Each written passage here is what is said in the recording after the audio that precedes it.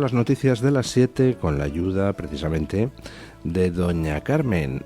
Ayer Pedro Sánchez se marcó un Gustavo Petro en toda regla.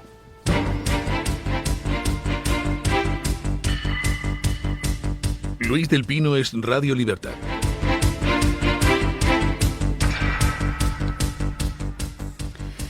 El PSOE acepta trocear el decreto ómnibus y tramitar la cuestión de confianza. De esta manera, el Partido Socialista y Junts han llegado a un acuerdo de última hora para aprobar un nuevo decreto con medidas sociales y con el visto bueno y la supervisión del fugado de la justicia y líder de Junts, Carles Puigdemont.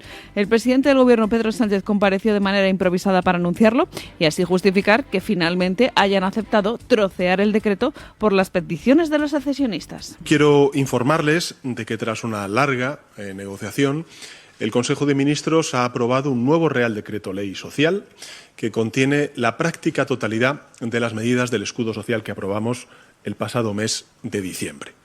Hablamos de un total de 29 medidas que incluyen la revalorización de las pensiones conforme al IPC de nuestros jubilados y jubiladas, la mejora de las pensiones mínimas, las ayudas a los municipios, a los hogares, a las empresas afectadas por la terrible dana de Valencia, las ayudas al transporte público gratuito o las ayudas a los afectados del volcán de la isla de La Palma, por citar algunas de ellas que han sido las que han concentrado la atención y la preocupación lógica por parte de muchísimos ciudadanos y ciudadanas y, lógicamente, también de los medios de comunicación.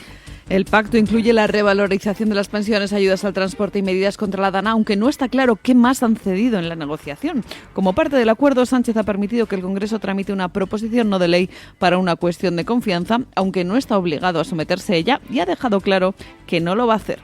Efectivamente hemos llegado a un acuerdo con Junts per Catalunya, ya conocerán ustedes el redactado, pero en fin, verán que efectivamente lo que se reconoce es lo que dice la Constitución. La competencia constitucional sobre la cuestión de confianza recae en la presidencia del Gobierno de España previa deliberación del Consejo de Ministros. Este pacto llega después de que el Congreso tumbara la primera versión del decreto ómnibus, lo que el PSOE inicialmente atribuyó a PP y a Vox por intereses políticos, intentando quedar bien con sus socios de Junts. Nos han mostrado la enorme capacidad que tiene la coalición negacionista del Partido Popular y de Vox para contaminar el debate público con manipulaciones y mentiras. Se ha dicho que se regalaba un palacete al Partido Nacionalista Vasco, pero aquí no se regala nada. Se devuelve a su legítimo dueño un inmueble que fue incautado por la Gestapo alemana y por el franquismo en los años 30 del siglo pasado. Por tanto, toca ahora ver los detalles de este acuerdo y si finalmente se llega a votar la cuestión de confianza o se retira antes si hay algún otro acuerdo con sus socios de gobierno. Bueno. Ya saben ustedes que Gustavo Petro se puso farruco y dijo que a él no le mandaba a Trump a inmigrantes en las condiciones que Trump quisiera. Le duró pues menos de 12 horas el arrebato de dignidad. En cuanto Sánchez amenazó con sanciones en forma de cancelación de visados y aplicación de aranceles, pues Petro se la tuvo que envainar, lo cual resulta muy humillante para Petro, claro. Bueno, pues ayer el mismo Partido Socialista que decía que no troceaban el decreto de ninguna de las maneras porque el escudo social no se trocea, y que llevaban semanas negándose a tramitar en la mesa del Congreso la petición de una moción de confianza a Sánchez, pues ayer se la tuvo que envainar a lo Petro y aceptó trocear el decreto y aceptó tramitar la cuestión de confianza porque si no, no tenía los votos de Junts. Bueno, dijo Sánchez que iba a buscar los votos debajo de las piedras. Pues ya sabemos debajo de qué piedras era, de las piedras que jalonan el sendero de entrada a la casa de Puigdemont en Waterloo. Lo de Sánchez con Puigdemont pues es una humillación en toda regla, es envainarse sus proclamas y hacer al final lo contrario de lo que decía que iba a hacer. Pero claro, hay una diferencia. Que te humille Trump, que es en teoría, el hombre más poderoso del mundo, hombre, es doloroso, pero explicable. Que te humille Puigdemont es doloroso y encima es absolutamente patético. Pedro Sánchez está sometido a los dictados de un prófugo de la justicia. Resulta curioso lo que dijo ayer Sánchez, porque dice: hemos logrado mantener casi todo el escudo, la inmensa mayor parte del escudo social. Dice: el nuevo decreto contendrá 29 medidas. Un momento. Pero si el anterior decreto contenía 80 medidas, y usted decía que no lo troceaba porque el escudo social no se trocea. Luego, según usted, las 80 medidas eran escudo social. Entonces ahora 29 medidas son la inmensa mayor parte del escudo social, que antes estaba compuesto de 80 medidas. Bueno, Sánchez es experto en intentar poner a mal tiempo buena cara y tratar de presentar como si fuera una victoria lo que ha sido una derrota, y una derrota humillante. Con respecto a la moción de confianza, pues ayer dijo que se aceptaba, pero por supuesto en los términos constitucionales, lo cual pues es una forma rocambolesca de decir lo que de todos modos ya sabíamos cuando hemos hablado de la moción de confianza, de la solicitud de moción de confianza presentada por Junts. Pues ya lo dijimos, esa solicitud de moción de confianza se puede tramitar en el Congreso y será aprobada con los votos de Vox, de Junts, de PP, pero no va a ninguna parte en términos prácticos, porque es simplemente una petición que el Congreso le hace al Gobierno, y al final es atribución constitucional del presidente el decidir si se presenta él a una cuestión de confianza o no, con lo cual la petición de moción de confianza se aprobará y Sánchez dirá: pues estupendo. Pero si no tiene efectos prácticos, ¿por qué no la querían tramitar antes? Pues muy sencillo, por el efecto psicológico. Tanto dentro como fuera de España, el titular: el Parlamento español insta al Gobierno a presentar una moción de confianza, pues lo que indica es que Sánchez no tiene una mayoría parlamentaria. Podrá negociar acuerdos puntuales para tratar de sacar adelante cosas, como en este decreto recortado que ahora volverá a ir al Parlamento, pero no tiene una mayoría, la ha perdido ya de todas, y la petición de moción de confianza permite visualizar eso. Por eso se negaban a tramitarlo y ahora se han tenido que bajar los pantalones también en eso y aceptar la tramitación de la moción de confianza. Que se aprobará y que efectos prácticos no tendrá ninguno, pero será una nueva derrota simbólica de Sánchez. Ayer volvió Sánchez a anunciar que en esas 29 medidas del decreto recortado irá el palacete del PNV en París, que dice que se incautó la Gestapo y Franco. Parece ser que Sánchez ignora dos cosas. Primero, que ese palacete no era del PNV, era del gobierno vasco. Con lo cual, puestos a dárselo a alguien, se lo podrá usted dar al gobierno vasco, no al PNV. Segundo, que las sentencias en Francia han fallado en contra de devolver ese palacete a nadie, es decir, han fallado a favor del Estado español. Tercero, que cuando estaba Patxi López, ese siervo, ese servidor, ese esclavo, ese amigo, en la presidencia del gobierno autonómico vasco, pues un informe del propio gobierno autonómico vasco dijo que ese palacete no había ninguna razón legal para devolvérselo a nadie, por un motivo muy sencillo: porque el palacete era del gobierno vasco que con el fin de la guerra civil desapareció, y por tanto el Estado español asume la titularidad del palacete. Pues solo faltaba que lo asumiera el Estado australiano, ¿no? Bueno, pero una de las 29 medidas va a ser la del palacete. ¿Qué escudo social es ese? Me gustaría que Sánchez se lo explicara a la gente. ¿Qué escudo social es que el Estado le vaya a tener que pagar al PNV 1 millón de euros en concepto de alquiler por un palacete que ahora mismo es del Estado? Bueno, esperaremos a ver el decreto recortado para ver exactamente la formulación y para ver exactamente la formulación con que se presenta esa petición de moción de confianza. El caso es que ayer el PSOE logró salvar el escollo de que se apruebe algo, apruébeme usted lo que sea, señorito, y Sánchez pues intenta atornillarse en la Moncloa mendigando apoyos puntuales a Junts, que a partir de ahora pues le va a hacer pagar peaje por cada cosa para la que Sánchez necesite sus 7 votos. Por cierto, el BOE ya ha publicado ayer el tema de el concurso para suministrar la papelería electoral. Bueno, hoy el Español trae una noticia que viene a confirmar algo que ya sabíamos. La relación directa y estrecha entre Aldama y el número 2 de María Jesús Montero. Escuchen. Les hablamos ahora del caso de corrupción conocido como caso Koldo, que está salpicando a personas importantes del PSOE. Hoy hemos conocido que, según las últimas investigaciones, se ha comprobado lo que dijo Víctor de Aldama, de que tenía relación directa con el número 2 de María Jesús Montero en el Ministerio, con Carlos Moreno.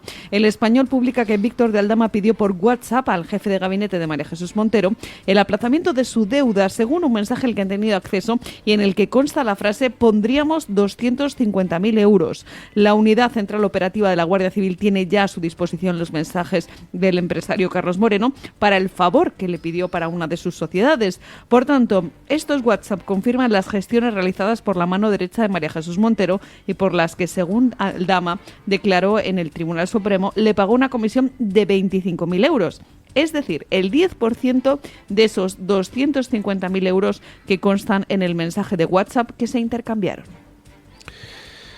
Bueno, ya saben ustedes la historia, María Jesús Montero, a este miente todo, no le conocemos de nada, etcétera, etcétera. Luego, bueno, es posible que coincidieran una vez por casualidad en un bar de Madrid donde de repente aparecieron Koldo, el 2 de Montero y Aldama simultáneamente. Debían de tener sed los tres y entraron a tomarse una caña justo a la misma hora y en el mismo bar. Luego ya se reconocieron 4 reuniones entre Aldama y el número 2 de Montero y ahora tenemos pues WhatsApps intercambiados directamente entre Aldama y la mano derecha de Montero. WhatsApps además, hombre, en un tono pues como de confianza, ¿no? Creo que empieza el WhatsApp con querido Carlos. No sé. El hecho de que una empresa negocie sus deudas con Hacienda para tratar, yo qué sé, de conseguir un aplazamiento, de conseguir un pago en cómodos plazos y tal, pues no es extraño, ni es delictivo. Si una empresa tiene una deuda con Hacienda, puede dirigirse a Hacienda y plantear un calendario de pagos. Pero, ¿cuántas empresas de este país tienen acceso a la hora de negociar un pago de una deuda a Hacienda? ¿Cuántas personas de este país tienen acceso al número 2 del Ministerio? ¿Cuántas personas negocian de tú a tú el aplazamiento, el bueno, te pago ahora el 10% y luego más adelante? No sé, creo que no todas las empresas de este país tienen la suerte de poder dirigirse directamente pues al segundo máximo responsable de lo que se refiere a los temas hacendísticos de la empresa. La pregunta aquí es, Aldama dijo la verdad en cuanto a que había negociado con el número 2 de Montero el asunto del aplazamiento de un pago de una deuda que una de sus empresas tenía con Hacienda. Solo nos queda verificar si Aldama dijo la verdad en lo que dijo a continuación, que es que a cambio de ese trato de favor que Hacienda le hizo, él dio una comisión con dinerito contante y sonante al número 2 de María Jesús Montero. ¿Ustedes qué creen? que Aldama decía la verdad cuando decía que negoció con el número 2, pero miente cuando dice que le pagó una mordida, o que decía la verdad en todo. Luego vamos a ver otra noticia relacionada con Aldama, porque ayer he visto que se la analizaba en redes de una forma, y yo creo que hay que analizarla de la forma justamente contraria, pero bueno, eso lo hablaremos en el siguiente bloque informativo. Vamos con guerra ideológica. Ya saben ustedes que se ha producido una caída espectacular en bolsa de la empresa que hace chips de inteligencia artificial, la empresa americana Nvidia, porque de repente los chinos han sacado un sistema de inteligencia artificial pues que hace aproximadamente lo mismo que ChatGPT y que OpenAI y esas cosas, pero que dicen que lo han podido entrenar el sistema gastando solo 6 millones de dólares, que es algo así como la centésima o la milésima parte de lo que las otras empresas americanas han gastado en entrenar sistemas similares. Bueno, el anuncio de los chinos la verdad es que tiene muchos aspectos sospechosos en el sentido de que, bueno, ¿cómo sabemos que se han gastado 6 millones de dólares en entrenar el sistema? Porque lo dicen los chinos. Hombre, y no van a mentir los chinos, ¿verdad? Todo el mundo sabe que son lo más transparente del mundo en cuanto a sus estadísticas económicas, en cuanto a lo que pasa en el interior de China. ¿Cómo sabemos que ese dato es correcto? O como sabemos, como decía ayer Daniel Lacalle, que es cierto lo que dicen de que han tenido que gastar muchísima menos electricidad que sus soluciones competidoras para poder desarrollar el sistema y que el sistema funciona con mucho menor consumo eléctrico. ¿Cómo lo sabemos? ¿Con qué datos? ¿Nos fiamos de lo que dice el Partido Comunista Chino? Entonces empiezan las preguntas en el mercado sobre el asunto, pero los usuarios lo que han hecho ha sido descargarse el sistema, muchos usuarios, y ver qué responde esta inteligencia artificial. Y anda, resulta que la inteligencia artificial responde como si fuera un funcionario del Partido Comunista Chino. Escuchen. Les hablamos ahora de tecnología y del nuevo chatbot chino DeepSeek de inteligencia artificial que ha sido presentado recientemente y que ha sacudido a la industria. Pues bien, esta herramienta de inteligencia artificial está generando polémica por su claro sesgo comunista en comparación con ChatGPT, que es la conocida empresa americana y su competidor directo.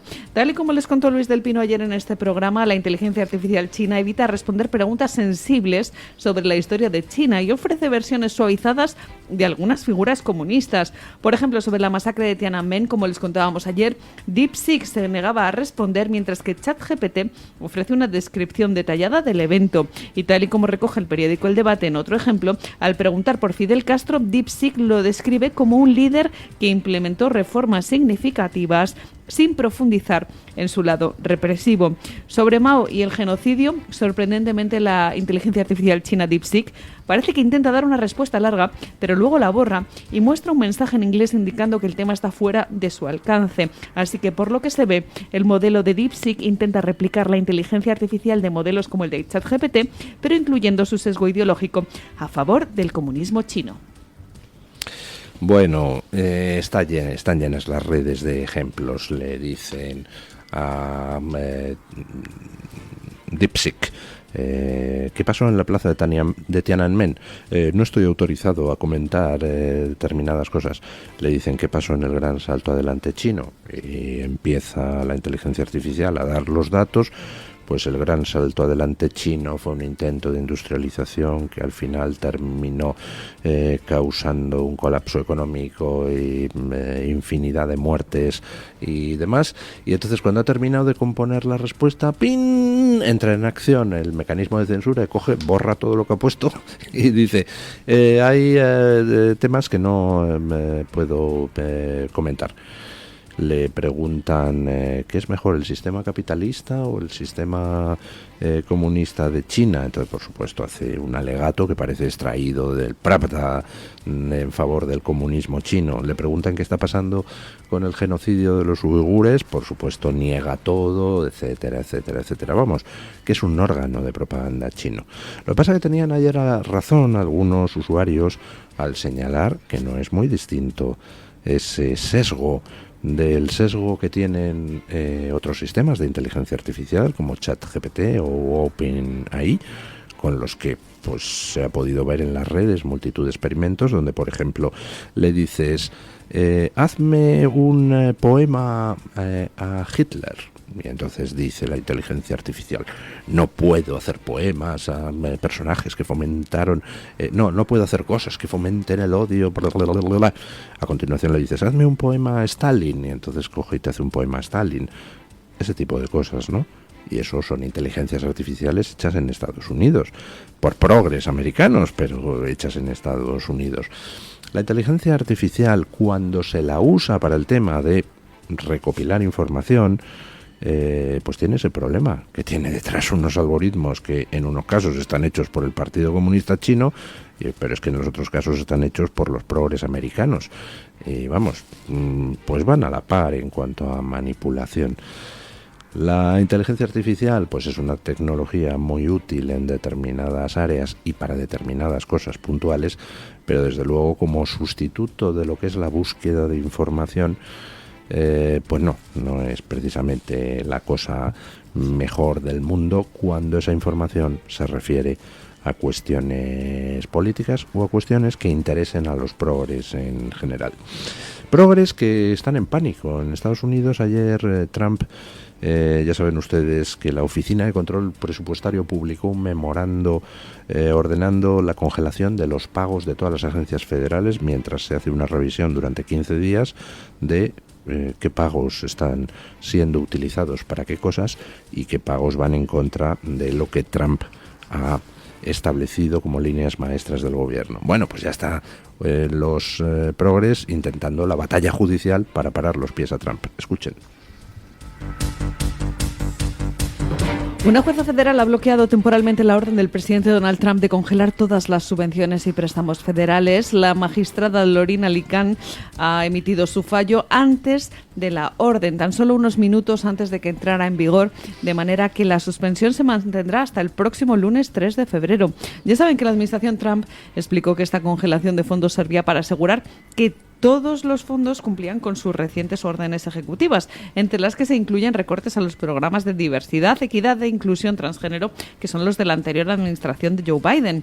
Esta medida busca frenar el desembolso de miles de millones de dólares hasta que se revisen los fines últimos de estas subvenciones del gobierno norteamericano. Y es que Donald Trump ha pedido fiscalizar cada dólar de dinero público que se emplea en Estados Unidos. Varias organizaciones como la National Council of Non-Profits, que es la entidad que agrupa a las ONGs del país, han sido muy críticos con esta medida de Donald Trump, que recorta de manera drástica los fondos que ellos mismos perciben. Sí, claro. Si yo estoy recibiendo fondos para hacer activismo político con cargo al contribuyente y me los recortan, pues protestaré enérgicamente, ¿no? Ayer ponía la portavoz de la Casa Blanca pues algunos ejemplos de cosas que habían llevado a Donald Trump a emitir esa orden de congelación de todos los pagos, subvenciones, etcétera, durante 15 días. Por ejemplo, habían detectado que a pesar de que el presidente Trump ha ordenado que que Estados Unidos se retire de la Organización Mundial de la Salud, pues resulta que estaba en marcha un pago a la Organización Mundial de la Salud de varias decenas de millones de euros. Y a pesar de que el presidente Trump había dicho que ni un euro a jamás ni tal, pues había en marcha un pago para hacer llegar 50 millones de dólares a Gaza para compra de condones. Que tiene narices, la famosa ayuda humanitaria. En fin, bueno, una juez federal nombrada por Biden pues ha bloqueado el tema y ahora pues me imagino que el gobierno recurrirá al Tribunal Supremo la congelación de los fondos. Y nada, pues la batalla judicial se resolverá como sea. Pero observen una cosa importante, que la jueza federal puede bloquear la obligatoriedad de la congelación, pero si se ha emitido una orden ordenando que se congelen todos los pagos hasta que se revisen las cosas, nada impide a los funcionarios ejecutar esa orden si ven que no hay ningún problema y ellos mismos no tienen ningún problema. Con lo cual, pues bueno, también va a ser una buena manera de ver en qué puntos de la administración podía haber resistencia a las medidas de Trump. En cualquier caso, pues es comprensible que los progres que se van a quedar sin poder hacer activismo político a cuenta del dinero de los demás se resistan. Y bueno, pues la democracia tiene eso. Hay una separación de poderes y, oiga, pues cualquiera puede recurrir a los tribunales, no pasa nada. El gobierno Trump pues batallará en los tribunales y continuará adelante con sus medidas, porque por supuesto el que una medida general de congelación de los fondos federales sea bloqueada temporalmente no impide que luego sectorialmente tú emitas medidas, y ya ha emitido medidas en ese sentido el gobierno Trump, por ejemplo ordenando la comunicación inmediata a la ONU de que Estados Unidos se retira de la Organización Mundial de la Salud. Trump está aprobando algunas otras cosas. Por ejemplo, le ha encargado a Elon Musk que rescate a los astronautas que están en la Estación Espacial Internacional y que llevan allí meses varados sin que el gobierno Biden hubiera hecho nada para rescatarlos. En fin, cositas que pasan cuando un progre gobierna, que para lo importante pues no hay fondos. Para todo lo demás, es decir, para el activismo progre, los fondos que no falten.